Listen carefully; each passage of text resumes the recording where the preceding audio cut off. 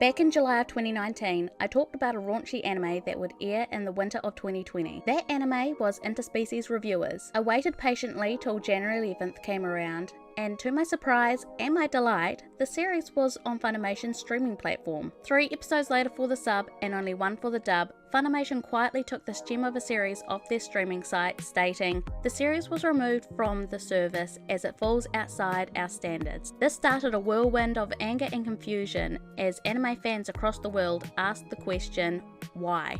Well, my friends, that is what we're here to talk about today. This is my take on the Interspecies Reviewers debacle and what we know so far and what info has come to light over the past week or two. So for those of you that have been living under a rock for the past 2 weeks, here is a quick rundown of what the series is about. We follow 3 men going brothel to brothel to have sex with all of the different kinds of species in the world in order to review their experiences. They then post said reviews up on the local tavern's bulletin board for everyone to read. The Funimation version is censored, with images covering the nipples and genitals, which they have done in the past with shows like B-Gutter HK. But as the series went on, the episodes blurred the line between ecchi and hentai, and this is why I think Funimation, Amazon Prime, and now even a Japanese television station, Tokyo MX, have pulled the show.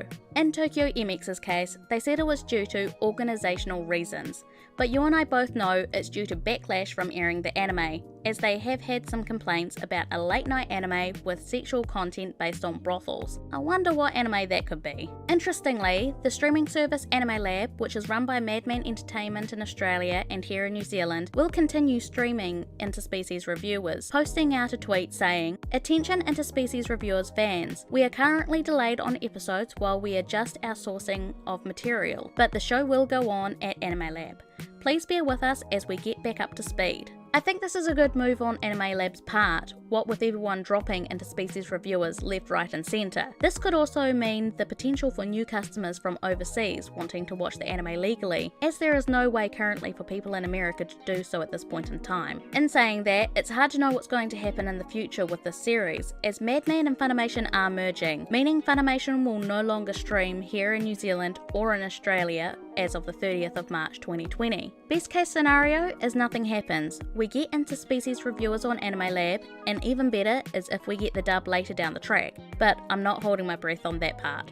The thing that baffled me about Funimation dropping the series is that they have a feature to turn mature content on and off in their settings. So why do they have this feature if they're not going to keep mature content on their site? Also, they have so many other overly ecchi shows there for us to stream, like High School DxD, Bikini Warriors, Prison School, and even We Without Wings. And yes, they are censored like Interspecies Reviewers, but they haven't been taken off their site at any point in time. Don't get me wrong, I don't want them to take any of these down, but it feels like a contradiction. I think people are being far too sensitive about an anime that's obviously for adults. This should go without saying, but if you don't like it, don't watch it. Let those of us who want to watch Interspecies Reviewers enjoy our lewd shows in peace. This has made so many people upset that they are cancelling their Funimation accounts and looking to watch it elsewhere. Not only that, but it has been reviewed at number 2 on my anime list, just under Full Metal Alchemist Brotherhood, and has beat out Steins Gate. The anime community is calling, they want their anime boobies back. My take on this is simple. Interspecies Reviewers is not a hentai. It pushes the boundaries, yes, and I would call it a hardcore ecchi, if that's even a thing. The first episode of the anime was dubbed amazingly. It was a breath of fresh air to see something so out there in the way of pushing the boundaries, and I am wholeheartedly disappointed that the show was handled the way it was. It's unknown how many episodes were actually dubbed before they pulled the plug, but I hope that even if the dub doesn't see the light of day online, we might see the dub release on DVD and Blu-ray in the future. So that's the tea, fam. That's everything that I think about Interspecies Reviewers, Funimation, and the future of this series. I'm sure that there is probably going to be even more information released in the future, and when it does, I might make a video on it. But until then, this is all we really know. Please tell me down in the comments below what your thoughts are on this whole thing.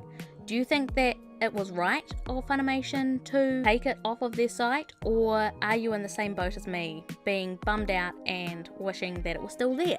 If you enjoyed this video, please make sure to hit that like button, and if you really enjoyed it, give me some applause, give me a little tip of $2, and I would really appreciate that. Lets me know that you are enjoying these types of videos. If you want to support me even more, I do have a Patreon, and if you do become a patron, then you'll get an awesome shout out, just like Bernard, Linwood, Garfield, and Tracy.